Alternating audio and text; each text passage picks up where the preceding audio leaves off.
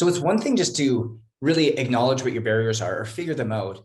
And right now you're probably feeling like, yes, I've never really been able to identify why I couldn't do something sustainably, or I wasn't able to keep a habit for a long period of time. And it's actually starting to make sense as to why I don't have the energy, or why I'm continually burning out, or why I go, and then crash. And I would just repeat this cycle.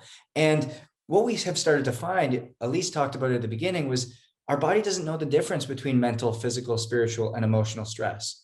And that by building capacity, that outer circle we spoke about is all about building capacity and resiliency. That's where we have to put our focus. And that's what will ultimately allow us to do more on the mental, the spiritual, and the emotional side. So building capacity takes place on the outer side first, but the sustainability, the long-term action takes place from that center of purpose. And that's what we have to figure out, is what works for you. What is going to allow you to operate and create that rhythm between regeneration and overreaching. And when we find that, we can live in ownership.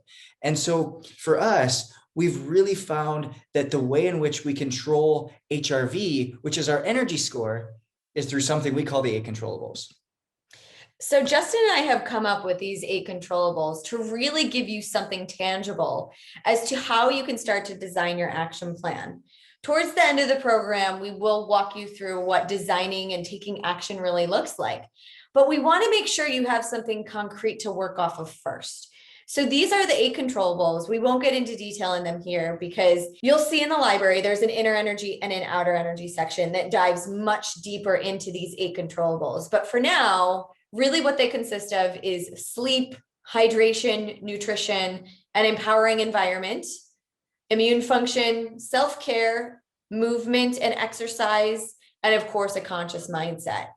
So what we're going to ask you to do now is take a look at both the outer energy and the inner energy section so that you can dive a little bit deeper.